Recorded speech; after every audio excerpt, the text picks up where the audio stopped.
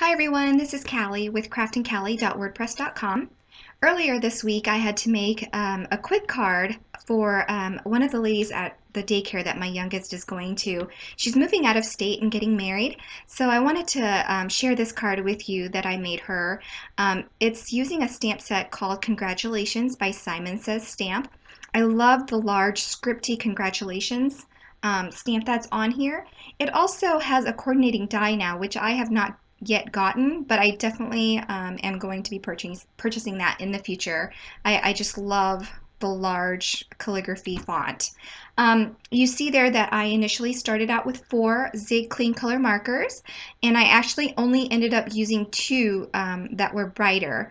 So here's the first color, and it's the brighter of the 2 purples, and I'm using the lighter one here, and you can tell that it doesn't work very well. Water actually gets absorbed into the brush tip, and so you kind of have to draw out the water on a scrap piece of paper in order to get more ink to flow out. So I'm using the brighter 2 of the pink and purples, and I'm just going to keep dabbing the color and the ink from the marker onto my Canson XL watercolor paper here. And as I am applying and getting these blotchy marks from the brush, I am also adding more water to get that to spread on its own. I think that these 2 colors really complement each other well, so I really liked how this turned out. So once I'm done adding my colors, you'll see here, I don't have enough patience to wait. I had to give her the card the next morning, so I go ahead and I zap it with my heat tool.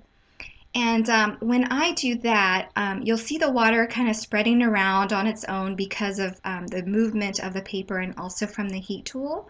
But some of that water actually drips off, and you will see that I kind of flip my paper and I kind of sop up that extra ink that's on my craft mat, and it creates these blotchy watermarks, and I think it turned out really great for something that was unintentional.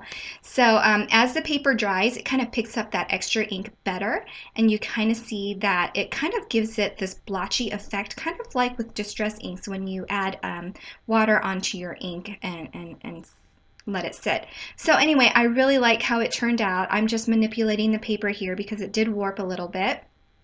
I'm going to place my stamps on this watercolor paper just so I can kind of eyeball where I want things. And once I'm done with that, I am going to be doing some embossing to kind of highlight these sentiments on this card. So here I'm using some vellum paper, and I'm going to be stamping this Wishing You Lots of Happily Ever After with some Stazon ink. And then with Versamark, I'm coming in afterwards with some gold powder from Wow, and I'm going to emboss those dots over top of that sentiment just to give it a little bit of pop. Once I'm done heat setting this, I'll go ahead and work on the scripty Congratulation Sentiment, which I'll be embossing in clear powder. I have learned that it's better when you emboss and want black images that you want to use Versafine Black Onyx ink. It's a pigment ink, so you can emboss with it and use clear ink or clear embossing powder to create a black sentiment. So I was going to start off using my Versamark ink there, and then I remembered that I don't want to use black powder on this. Black powder tends to get everywhere, and although I've prepared my surface, I don't want to risk getting little fine black powders all over my surface.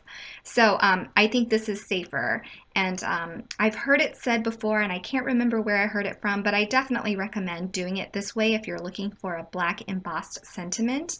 Like I said, black embossing powder is a little bit risky, and I do have some which I've used in the past, but I think that for purposes like this, I won't be using black powder on things like this.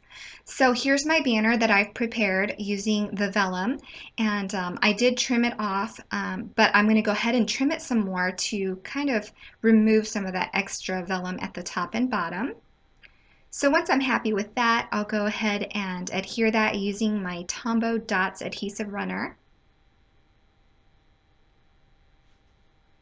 Then I decided that I wanted to finish this card off using some sequins. So I'm using some Moonshine in 6mm and 3mm, which I purchased from Simon Says Stamp. And I'm using some multimedia matte glue with my tweezers there to adhere these pieces.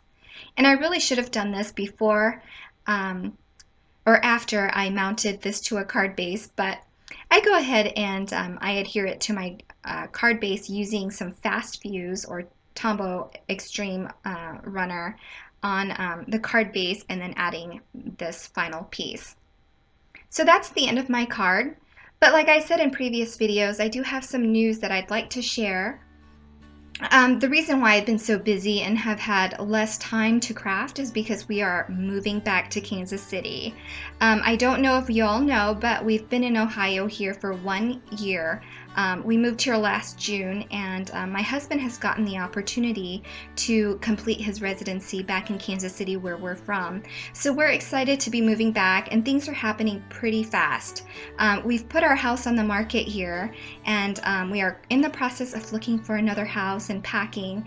So things have been a little bit crazy, and keep in mind we just found this out like 2 weeks ago, so everything is happening very fast. If you'll keep me in your thoughts and prayers, I'd really appreciate it.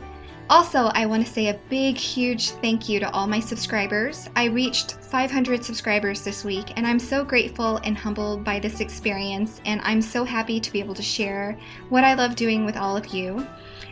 Thank you for watching this video, and I hope you'll tune in for my next video whenever that will be.